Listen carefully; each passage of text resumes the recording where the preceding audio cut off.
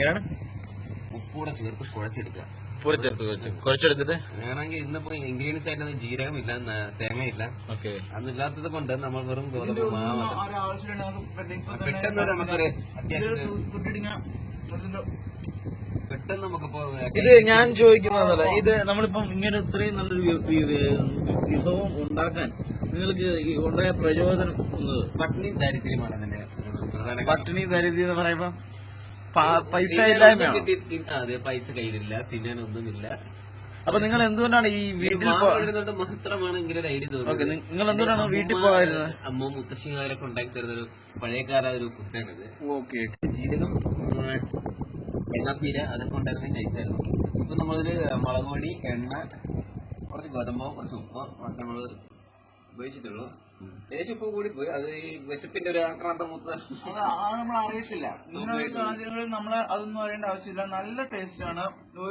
ഇത് വീട്ടിലുണ്ടാക്കിയാൽ നിങ്ങൾ എങ്ങനെയാണ് ഇത് കഴിക്കുന്നത്? ഇതിന് വീട്ടിലുണ്ടാക്കിയാലും നിങ്ങളവിടെ ഏതുണ്ടായിരിക്കുന്നത്? ഇതിന് നമുക്ക് പ്രത്യേകിച്ച് സൈഡ് എഫക്ട്സ് ഒന്നുമില്ല. നമ്മുടെ ആരോഗ്യത്തിനും ഇത് നല്ല ഒരു പലഹാരം തന്നെയാണ്. ഇതിലൂടെ നിങ്ങളത് സൈഡ് ഡിഷ് റെഡിയാക്കി അതെന്തായിരിക്കും? Chilli powder with white oil sauce. Okay okay. അതായത് ഈ മുളക് പൊടി ചാലിച്ച് ഓക്കെ. ഇത് നിങ്ങൾക്ക് ഇതെന്തുകൊണ്ടാണ് നിങ്ങൾ ഇങ്ങനെ രീതിയിലേക്ക് തെരഞ്ഞെടുക്കാൻ കാരണം? പണമില്ലായ്മയാണ്? പണമില്ലായ്മയല്ല, നമ്മുടെ കയ്യിൽ ഇപ്പൊ ഇഷ്ടം പോലെ ക്യാഷ് ഉണ്ട്. പക്ഷെ ഒരുപാട് കാശ് ഉണ്ടായിട്ടും അത് ദൂർത്തടച്ച് കളയുന്ന പല ഒരു സമൂഹത്തിലാണ് നമ്മൾ ജീവിക്കുന്നത്. അവരെ ഒന്ന് ബോധവൽക്കരിക്കുക എന്നൊരു ലക്ഷ്യമുള്ളൂ. ഞങ്ങളിപ്പോ വേണമെങ്കിൽ ഓർഡർ ചെയ്യാം, അതിപ്പോ അവിടെ ഒരു വിളിച്ച് നമ്മൾ വരും. പക്ഷെ നമ്മളത് ചെയ്യില്ല. കാരണം നമുക്ക് കാശ് എന്തോരം കിട്ടുന്നു അതിനനുസരിച്ച് നമ്മുടെ അഹങ്കാരവും ആർത്തിയും കൂടിക്കൊണ്ടിരിക്കുക. അങ്ങനെ ഒരു സമൂഹത്തിലാണ് നമ്മൾ ജീവിക്കുന്നത്. നിങ്ങൾ ഈ രണ്ട് ഇതൊരു പഴയകാല ഡിഷാണ്. ഇതൊക്കെ മന്മറന്ന് പോയി.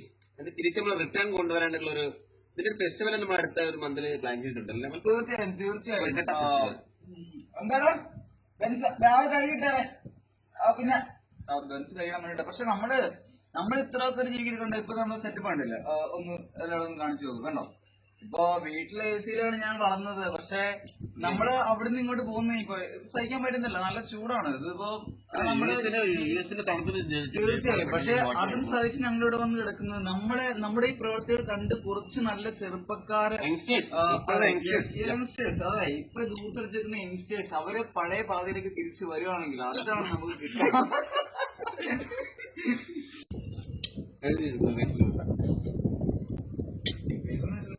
നമ്മളിപ്പം കണ്ട രണ്ട് വ്യക്തികള്, അമല്, രാഹുൽ.